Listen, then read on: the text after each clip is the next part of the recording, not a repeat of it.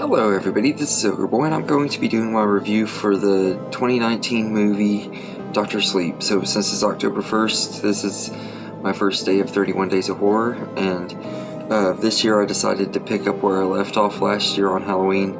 I reviewed The Shining, and I thought this year to pick up where I left off I'd just review the sequel, Dr. Sleep. And this movie follows Dan Torrance, who is dealing with PTSD from his childhood after the events at the Overlook Hotel in the first movie, and he's kind of become an alcoholic. He's also this doctor, and he ends up meeting this girl that has the shining powers, and she's trying to get away from Rose the Hat and her cult of people who feed on kids with the shining powers. So he's having to protect her from Rose the Hat, and all comes down to a big showdown with her at the Overlook Hotel. And we get to see like all the different ghosts from The Shining in here and stuff too during the last act and everything. But I think this is a really good movie. It's a really well written story, a really worthy sequel to The Shining, which I never expected just by going by the trailers. And I never thought The Shining needed a sequel. When Stephen King announced that he was writing a book, I groaned, and I still have never read the book because I personally just was not really interested in a Dr. Sleep movie or whatever, because like I said, I just was never interested in a sequel to The Shining, and the trailers didn't sell me either. I'm not gonna lie, I thought the movie looked like it was gonna be just maybe mediocre at best, but it totally surprised me. It actually turned out to be a really great movie. It's not quite as good as the original, but it's almost on the same level as good as the original. It has a really great cast in here. Ewan McGregor is Dan Torrance is just absolutely amazing. He does a really great job. And the teenage girl Abra in here is played by Kylie Curran, and she's really good. And her and Ewan McGregor work really good together. They have really great chemistry. And almost said Rose McGowan. Rebecca Ferguson plays Rose the Hat, and she does a really great job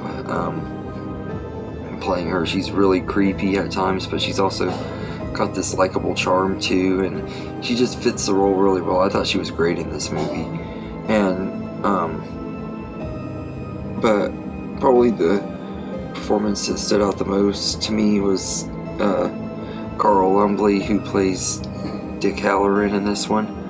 He's just absolutely amazing. He really makes you feel like he's still being played by Catman Carruthers. He just does such a great job at filling those shoes, and I did not expect him to be as good in this movie as he was and everything.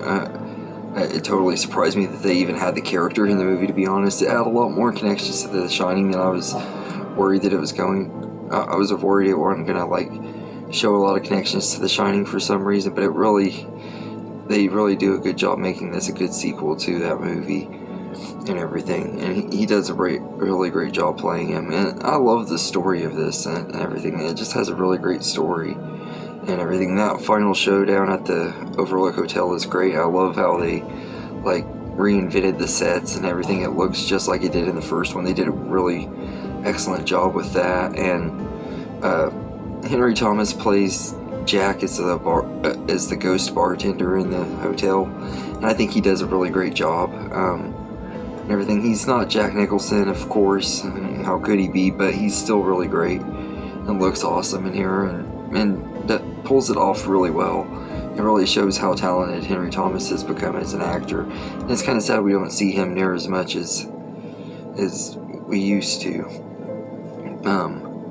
But yeah, this is a pretty good movie, and the score in here is really good. It's done by the Newton Brothers, and their score is really good. It fits the tone of the movie, but it also feels like it fits in to this universe that this Shining established. It works really well, and the cinematography is great. And just like The Shining, this one is a slow burn, but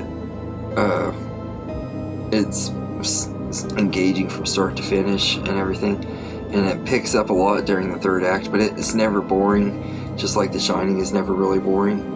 And I just really enjoyed this movie. I think it's a really, really great movie, and everything. A really great sequel to a movie that really never needed a sequel. I was very surprised with it, and kind of regret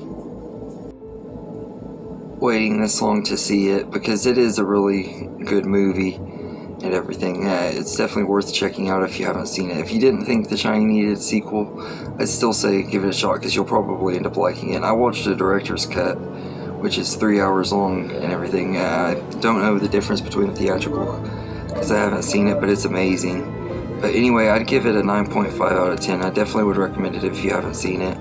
And I hope you enjoyed this video, and have a good day, everybody.